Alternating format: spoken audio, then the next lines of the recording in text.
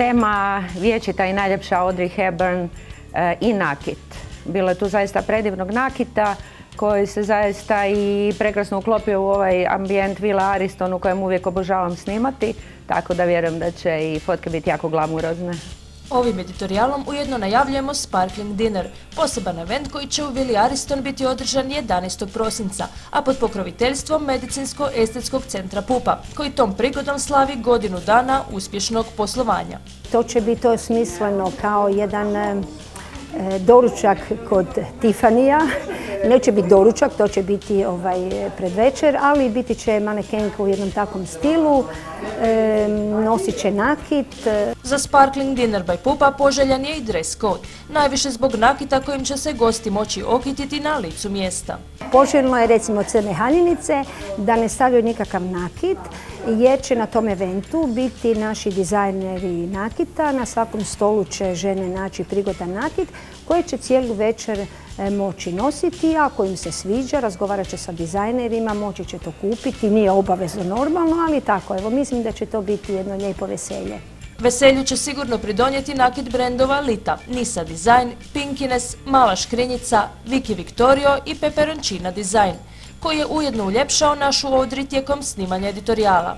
Pa evo, za našu Audrey sam pripremila nakit inspiriran Audrey Hepburn, tako da ipak paše u tu temu, ali je to ipak jedan Pinkines nakit totalno drugačiji. A za review nakita pripremam potpuno novu kolekciju koja će biti puna perja, puna glamura, zlata, srebra. I tako, pustimo malo i za iznenađenja.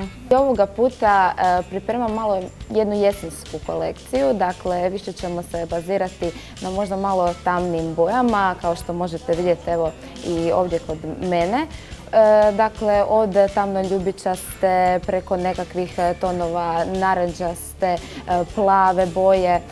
Dakle, jedna malo tamnija varijanta mojeg nakita koji ste do sada evo upoznali. Kako je tema Audrey Hepburn, tako sam nekako gledala da znači taj nakit bude i elegantan i profinjen, tako da smo kombinirali znači bisere i cirkone. Ovo što sam danas prezentirala, znači ogrlice u kombinaciji sa dijelom iza ramena, tako da u biti to nakit ogrlica i nakit za ramena, također iza leđa.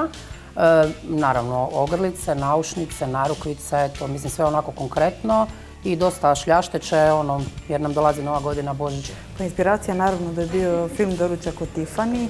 Tu smo malo htjeli pokazati znači, iz perioda 60. i prilagoditi se današnjem vremenu, glamurozne žene, malo pomalo onako zvrckaste, otkačene, ali profinjene. Pa Ivanu smo danas sredili u stilu filmske ikone Holly. Dakle, jedan savršen ten, dominantne obrve, dominantan tuš, nježno ružičasto rumenilo i jedan nude ruž. Uz domaće dizajnere moći ćemo vidjeti i prezentaciju Zaksove najnovije kolekcije dijamantnog nakita, a sve uz pjenušavo vino, puno glamura, ali i humanitarni karakter.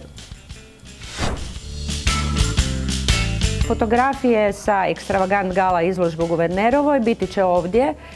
Moći će se kupiti, a sav prihod ide Riječkoj neonatologiji za nabavu laserskih termometara za bebe.